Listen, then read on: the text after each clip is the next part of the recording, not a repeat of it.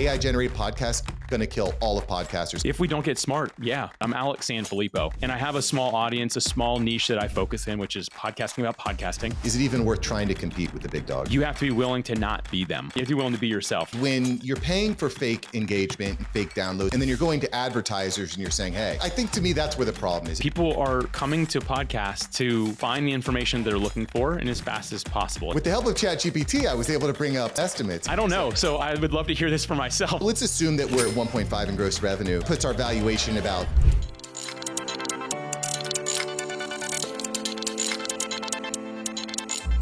All right, boys and girls, we've got SaaS founder Alex Sanfilippo. He's the founder of PodMatch in the house. Alex, what's up?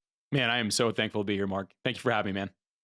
Alex, pleasure to have you on as well, too. So I want to talk a little bit about your business now. So what PodMatch basically does is it helps people book interviews on podcasts, and it helps you find guests for your podcast, right? Yep. So you get booked on shows, you can book people on show. And there's some interesting numbers here. In 2022, you paid out $72,000 to members of your site, to users of PodMatch. And in 2024, you paid out $500,000 to users of your site. What do you attribute that growth to? Man, that's a good question. I wasn't expecting. You told me, you're like, I'm going to come out swinging with some of the questions. That's good. You know, I don't actually think it directly came from the fact that we were putting money back in the hands of podcasters. That's what we call our pod value initiative. And basically, anytime a host is using the platform, they find a guest through it, we automatically pay them. And what we did is we just cut our revenue in half and say half of this is going to get split up among the podcast hosts using the platform. The other half will go into running the business, keeping the lights on, right? So we can keep the thing moving. But in 2022, we announced it. In 2023, we talked about maybe a little bit, but I think it was just really that people saw the service and needed what it provided. And many of them were shocked when they got their first commission coming through. We actually went more public with it when we started getting so many emails. We were like, why did you send me $50? Right? Like people were like, why am I getting this money? We would explain it. So we started actually putting that more up front. So that way we would cut back on some of the questions we were getting, but also show like, hey, we're serious about serving and supporting independent podcasters. Like we want to make sure that we're doing that. And by the way, I always get asked this. So I'm just going to say it, but everyone always asks like, well, I'm the guest. What's in it for me? What's in it for you is a host that has more opportunity to earn a little bit to offset some of their cost, helping ensure that they're going to be there long-term, meaning the show that you got on will be better quality than one that is just bleeding cash, right? With no idea for how to at least break even. And that's our goal. Like our goal is not to make anyone rich using the platform. It's just to help offset that production cost. But the growth, I just attribute the fact that people were looking for it. Like we solved a real pain point in podcasting. And to this day, I mean, signups are still happening at a record rate. And I should probably focus on more channels, but it's still happening completely organically, which I'm very, very thankful for. What do you expect that you'll pay out podcasters this year from PodMatch? Goal is to break 1 million in 2025. Right now, we're just shy of 700,000. So that would kind of be the goal. It hasn't come out for March yet. We're still, when we're recording this, it hasn't come out yet. So I'm not sure like how big that bump will be. I think it's a little bit of a stretch goal. I am overly ambitious as an entrepreneur. So the goal is to hit that 1 million mark, which from day one, we said by the end of 2025, that's really what we wanted to do. So I'm kind of standing my ground there. And at the end of the day, all it requires is more hosts to use PodMatch. Like if more people use PodMatch, we'll reach the number. It's just a matter of can we actually grow it to that level? Yeah. I mean, look, I've become very, very, very selective over who I want to bring on the show because I want to bring on people that are millionaires, billionaires, or very visionary. They're really using tech, AI, et cetera, to change their business. And seeing that type of growth is really impressive. And one of the things that I was doing to kind of prepare was try to get an idea on like what the valuation of PodMatch is. And it's not public, but with the help of ChatGPT, I was able to bring up some estimates. And you could tell me if I'm correct, if I'm way off base. I don't know. So I would love to hear this for myself. So you know, basically the financials that we have are what we talked about. You paid out over 500,000 to your users last year, which is a lot. So ChatGPT says if we paid out over 500,000 last year, the total revenue must be significantly higher to cover operational costs, platform maintenance, and profit margins. Assuming a payout rate of 30 to 50%, PodMatch keeps 50 to 70%. This suggests at least 1 to 1.5 million in gross revenue. So let's assume that we're at 1.5 in gross revenue for the year, and a SaaS platform is getting about a 5 to 10x return. that puts our valuation about 7.5 to 15 million. That's cool. I mean, I feel like a surprise. That's the one line. I've never, man, I'm like so, and this makes me sound like a terrible entrepreneur. So forgive me everyone for listening. And by the way, I know that you were like, you're getting really picky about who comes on the show and your listeners appreciate it. And I'm thankful to even be here. And in some ways, this topic of money makes me like, my friend Gino Wickman literally told me, he's like, Alex, you're a bad entrepreneur. He's like, because you don't care about money like entrepreneurs should care about money. And so I've not really done a dive into this topic. So I don't know the evaluation part, but the number it gave you, I'd say that's actually like really close, kind of freaky accurate for that not being public at all. Like, I think that that's close. So at a 5 to 7 like multiplier, then yeah. And I've not considered an exit, not thinking about an exit, not trying to bring on capital or anything like that. But it's a cool number to know, I suppose. And I've, from day one, and I'll still say this, I'm not building it to build something that's big or worth a lot of money. I'm building something that really helps and serves people.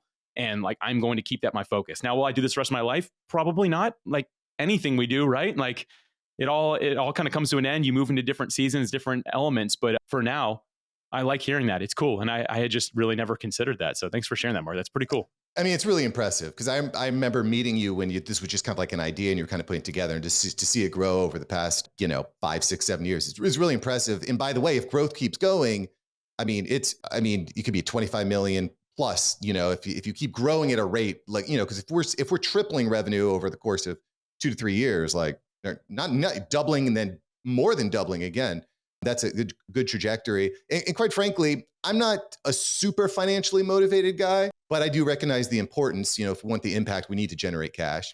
For sure. I think you and I both, like, we've talked about that in person, and I know we kind of share the same beliefs and same like purpose behind it, even what we do with our money. I know that you and I are really aligned with that sort of thing.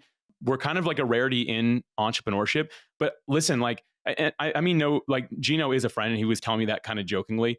Gino Wickman did Traction and EOS and stuff like that. Like he's done really well in the entrepreneurship space, like maybe made more entrepreneurs than anyone else on the planet, right? Like he said it mostly jokingly. He's just like, it's just rare to meet someone like that. It's like very much so purpose is like the real drive behind it. So, but you and I know that we're really like-minded like that. Anytime you and I meet in person, I feel like we kind of share that same wavelength. So it's something I respect.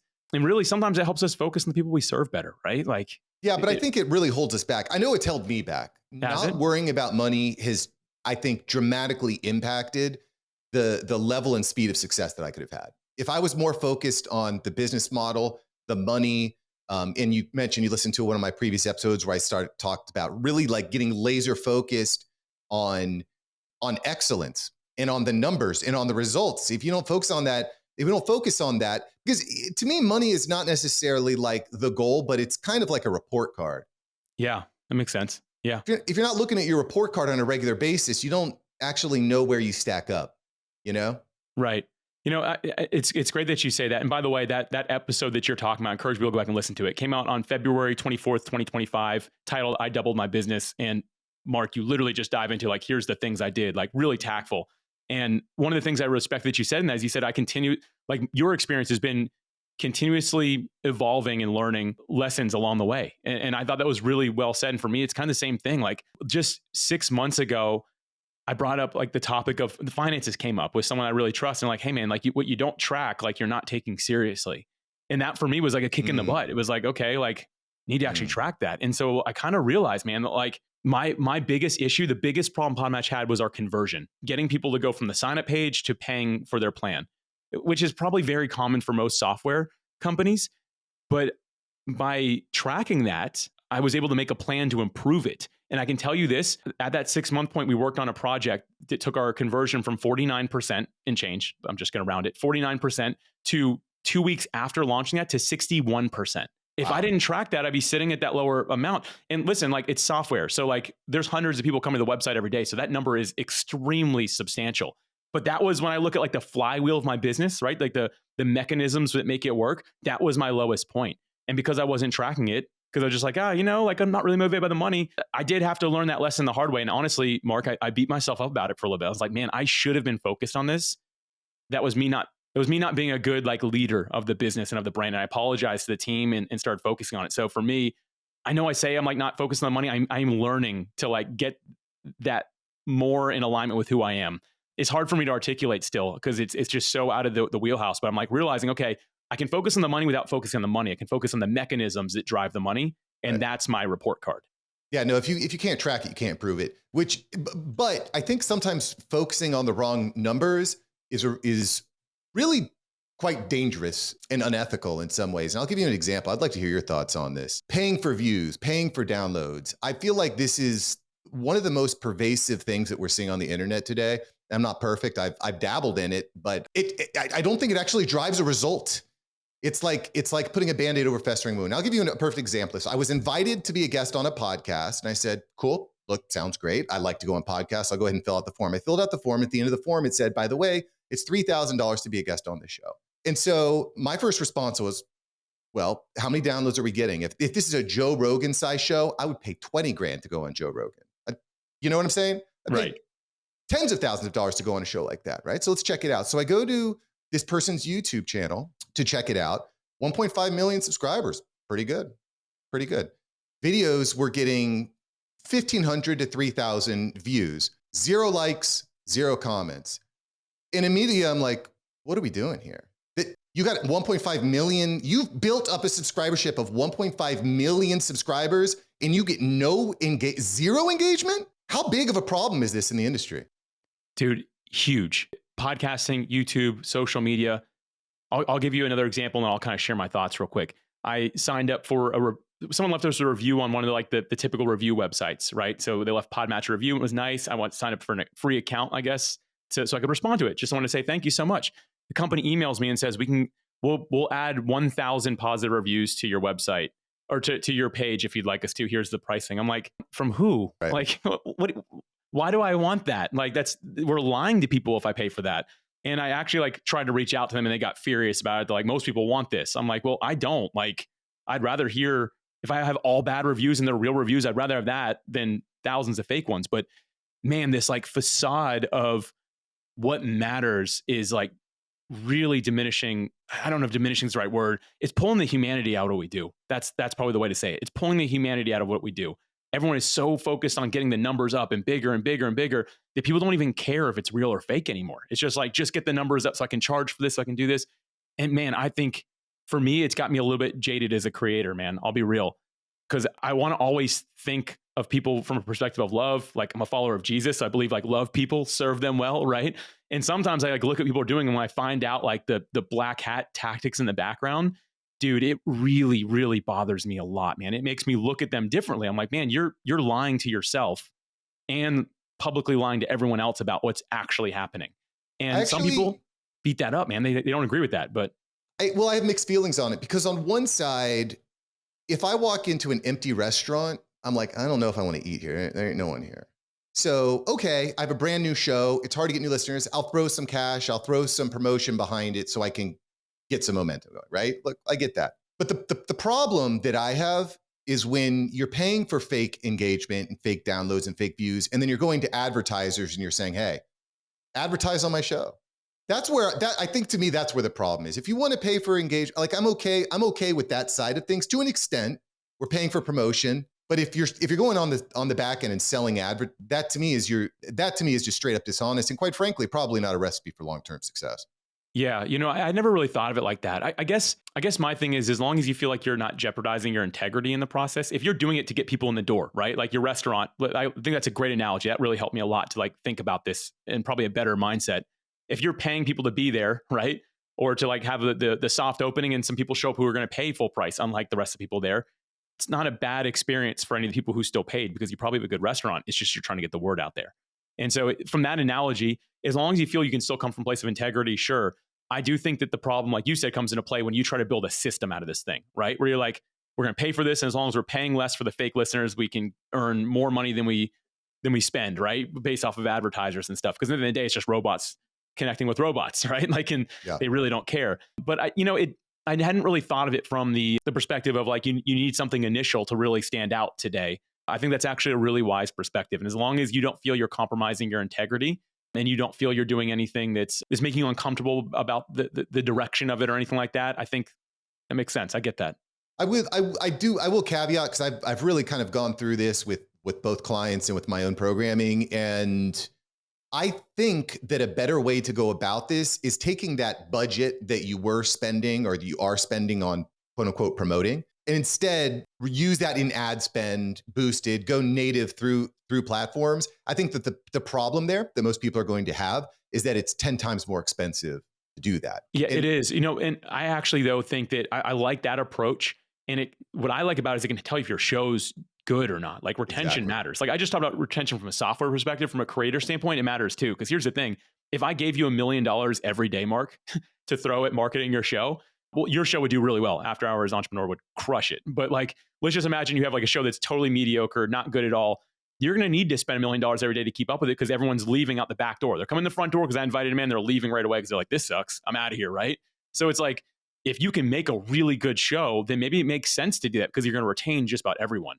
A great example of this would be, I grew up in the era of The Office, that TV show The Office, right? Like found it through, I don't even know how I found it, probably some commercial they had or advertisement they had somewhere. That was worthwhile because I watched the entire show all the way through once I found out about it, right? If it was a terrible show, I watched one episode or half of an episode and shut it off, they're wasting their money because they're not retaining anything. So I do think that there's this balance. I wouldn't spend too much money if you're not confident in the product that you're delivering. The product meaning the content or the business, whatever it might be. Be focused on that side of things.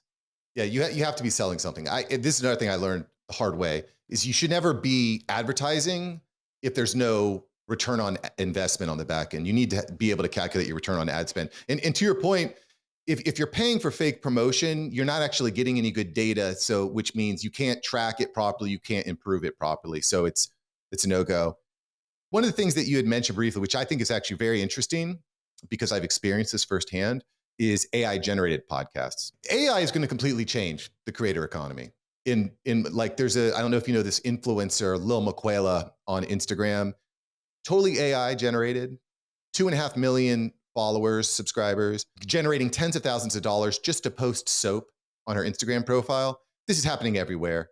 But I had my first run into AI generated podcast a couple of weeks ago where a friend of mine said he's got a title company here in South Florida. And he went to Google's Notebook LM and he said, do some research on title. I don't remember exactly the exact topic was. Something about like, do research on the top title problems that people have in South Florida. And it generated a list of 10. He said, okay, put that into an audio format, puts it all into audio format, uploads it to Spotify for podcasters. Podcast is live. He didn't do anything. Well, he was not personally involved as a creator in any way. He just created the prompt, uploaded it to Spotify, and now he's got a podcast. And by the way, really valuable information. And because I think that, quite frankly, the only way you're going to have success in podcasting now is if you're solving a very specific problem for a very specific niche. The AI does it perfectly. So is this going to be the real death knell for podcasters? Are AI generated podcasts going to kill all of podcasters and creators? If we don't get smart, yeah. To your point, like people are coming to podcasts to find the information they're looking for and as fast as possible. It doesn't mean that the episodes need to be 2 minutes long, but they're just not wanting to have to listen to 10 episodes to get their answer, right? Like people were like wanting to learn on a topic. And to your point, Mark, like people need to niche down. I think that the days of like the podcast about everything for everyone because we all want the same thing is probably pretty much behind us at this point, right? People like looking for title information in South Florida. They will listen to that before they'll listen to the guy who talks about everything and happens to have an episode about titles, right? Like, anyway, my point is that like I think if creators in the podcasting space and beyond, like I didn't even know about that Instagram thing. Like people need to stand for something, right? If you don't stand for something, you stand for nothing because nothing's everything. So you need to find what you stand for. You need to get really narrow with it and get good at delivering on it. Even if you're using AI for your research, I do still think there's a lot of value in the human voice. The human voice is flawed, right? We make mistakes. Mark, if you don't edit this too much, you've heard me mess up a number of times. And I always will, no matter how polished I get, because that's our human existence and experience. And people connect really well with that. That's the beauty of our humanity. And that's why people connect with people, right? And so I do think it's impossible for AI to, even though it can get real close, I think it's impossible to ever capture that true human element. Now, where it can take like the space from us is if it's doing better at titles, better descriptions, better delivering on the promise being made in an episode, right? It means all of us have to be willing to step up or we'll get replaced on it. Like if I have an episode about how I grew my business and I spend 30 minutes talking about my golf game, which has nothing to do with it, just because I felt like riffing on it. If there's an AI about how 5 steps to grow your business, that one's going to win every time because it's the content that somebody actually wants versus Alex ranting about his golf game, which by the way, I don't play golf. But does that make sense, Mark? I'd like to hear your thoughts on that as well, because I really value them. But does that human element, does that make sense with what I'm saying? And do you agree with that? The reality is, and I listened to this guy's podcast that he had generated. First off, it's so much better than it was just a year ago, like unbelievably better. And the AI is making mistakes on purpose. It's simulating breathing so you can hear when it takes a breath. It's unbelievable. And for him to be able to generate this as someone who's not a SaaSpreneur, not a tech bro, he's just a title agent living in South Florida. He made this in 10 minutes. It's crazy. And that barrier to entry is, I think, a big deal. In fact, as I'm kind of talking through this, I was thinking about this earlier today. I'm getting a lot deeper into creating funnels and running ads, specifically YouTube and Google. I'm probably good. This is what I'm going to do. This is my commitment. So stay tuned, y'all. I'll talk about this in a couple of weeks. I'm going to hire someone on Fiverr and I'm going to have them generate a bunch of episodes on this topic. I'll pay them, I don't know, I'll pay them some money, generate a bunch of episodes on the topic. We'll put that in Spotify and we'll see if I can't reach a highly targeted audience on this highly specific niche and see what kind of leads that's going to generate me. Because my bet, I don't think anyone's doing this yet. Let me put it that way. And my bet would be great. Because this is by the way, this is the number one opposition. I've been doing podcast production here for nearly a decade. This is the number one opposition. This is the number one problem that business owners have is they're all geared up, they're ready to go. And then after 2 weeks, they're like, I don't want to record episodes anymore. You know, a quick point here that I think is also worth mentioning is if you want to be the face of something, like if it's your business, your brand, like you can't use an AI to be you, right? And I get that there are some things that can help with that and all, but like at the end of the day, if you are maybe high ticket or something like that, and people are like, they're expecting Alex Sanfilippo, I can't be like, well, here's my podcast. It doesn't have me on it, right? But it's really good. It's deep information. Not saying that's what you're doing, Mark, by any means. I just mean in general, the other place that won't get replaced is if you're the face, if you're the image behind your brand, then you have the expectation of being that front and center. And when people meet you in person, they want you to be the way that you were online as well. Right? Like we've all met people that like they're one way. Everyone always says, don't meet your heroes. So it's like, oh, you were so good. And like, I'll just use celebrities. You're so good in this movie. You seem so friendly in these interviews. You meet them, they're like jerks, right? Like almost everyone I know has a story like that where like, I met this person, they were the worst. Like, don't meet your heroes. It's because they're out of alignment with who they are. But the beauty of independent podcasting is hopefully you're showing up as your real self. I think that's the other thing that can't necessarily be taken away from this is the person that says, I'm the face of what I'm doing. I want to be part of it so I can connect with my ideal audience. Yeah. I just, quite frankly, I don't think podcasting is a very cost-effective way of doing that these days. I think because the ability to reach people organically and be found is very hard on podcasts. I just think YouTube is personally, I think YouTube is a better place because the search there is significant. There's one more, by the way, when it comes to podcasting, I think the best reason to podcast is to develop better relationships with your ideal audience, with your ideal customer. I think that's the best usage for it, but I could riff on that. There's a piece of information that I found here in prep also, Alex, before I let you go here that I think is interesting. By the way, y'all, you can definitely want to connect with Alex Sanfilippo all over the place and go to podmatch.com to book some interviews. Go get booked. It's free to get started. I use it. Yeah, I don't know what else to say. If you want to go on podcast, it's a good place to go. You could always hire a PR agent for $1,000 an episode, $5,000 an episode, but check out PodMatch. I think you'll be happy. Fox Corporation. In February, last month, they acquired Red Seat Ventures, a digital media company known for producing content for the likes of Tucker Carlson and Megyn Kelly. Boys, girls, there are hundreds of millions of dollars coming into podcasting. Is it even worth trying to compete with the big dogs? So I think that there's no business trying to compete with them. You have to be willing to not be them, right? You have to be willing to be yourself. Like you mentioned, like going on Joe Rogan's podcast. Like I'm probably never going to be on Joe Rogan's podcast. I'm never going to be Joe Rogan, that's for sure. But I'm Alex Sanfilippo. And I have a small audience, a small niche that I focus in, which is podcasting about podcasting, right? Like, so it's like this real like small vertical, but the reality is I can be the best version of me. And to your point, like building that connection with those individuals, like, man, like we were both at PodFest in Orlando, Florida, at the beginning of 2025 together. I had multiple people talk to me about how impactful my podcast had been or me as a guest on another show had been. I even had one person, he was an older gentleman, and he cried when he met me because he's like, man, you've like changed my life. And I was just like, I mean, I cried right back with them because it's like, I don't know. Anyway, but it was like just a beautiful thing. And the reality is like, I'm never going to meet like reach millions of people with my show. I'm never going to be at that level with those individuals. I'm not trying to though. Like, and I think for all of us, we need to be willing to say, you know what, this is what I've got. This is what I can do. This is who I can love and serve really well. And just be willing to focus on that vertical, knowing it may never get huge, but like if you're serving 50 people, let's just say, like, I don't know if that's a good number or not, but let's just say 50 people a week or a month, like, isn't that worth it? Shouldn't it be worth it?